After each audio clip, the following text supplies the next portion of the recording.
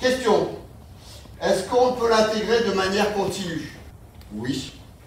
Et ça veut dire quoi de manière continue? Ça veut dire tout le temps, toute la journée? Oui. Est-ce que c'est partout, c'est tout le temps pour tout le monde la même chose? Non. Et ce qui peut être intéressant, c'est de poser le cadre. Nous, on pose le cadre. Ce cadre, c'est cette dimension doit être intégrée dans toutes les catégories. Vous devez absolument l'intégrer.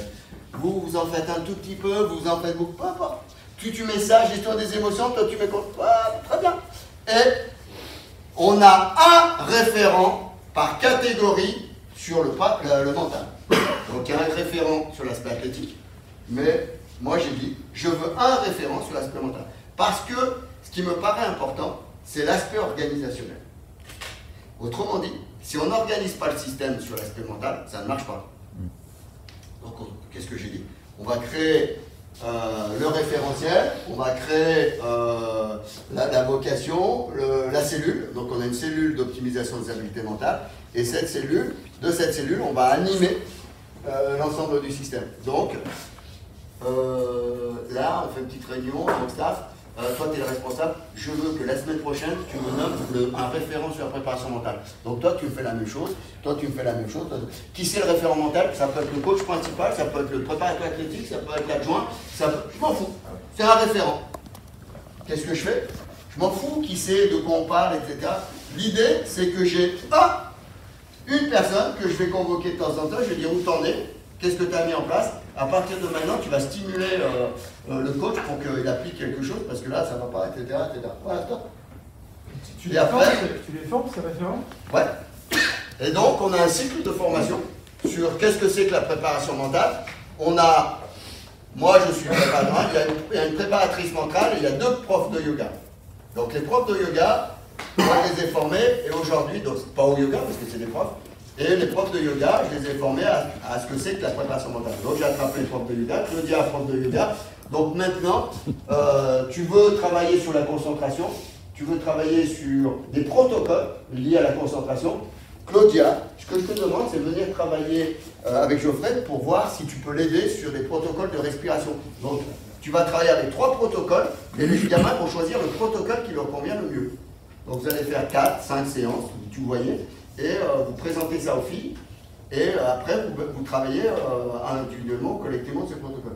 Qu'est-ce que je fais? J'utilise une ressource pour l'aider à faire. Donc je le forme, j'ai formé Geoffrey, j'ai formé là, et après je dis, il faut combiner maintenant, il faut travailler, il faut faire quelque chose. L'idée, le risque, c'est que rien ne se passe. Donc moi je veux que quelque chose avance. On va pas avancer, non, ça va pas passer doucement. Vite, mais on avance tout doucement. Tout doucement. Tout doucement, tout doucement. Voilà. Les petits pas, bon, il faut avancer souvent plus vite que des grands pas. Voilà. Référent, organisation, réunion régulière, et surtout, il faut être cohérent.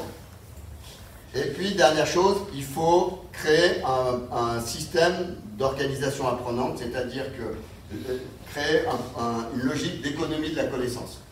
Autrement dit, il produit quelque chose, on fait un groupe. Quand il produit quelque chose, on le met sur le groupe et Yvan peut l'utiliser.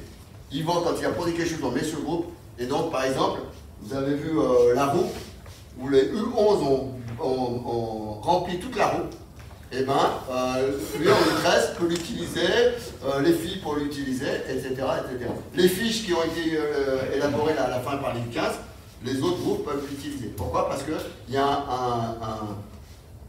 une bibliothèque dans laquelle il y a une mémoire. Et pensez à ça.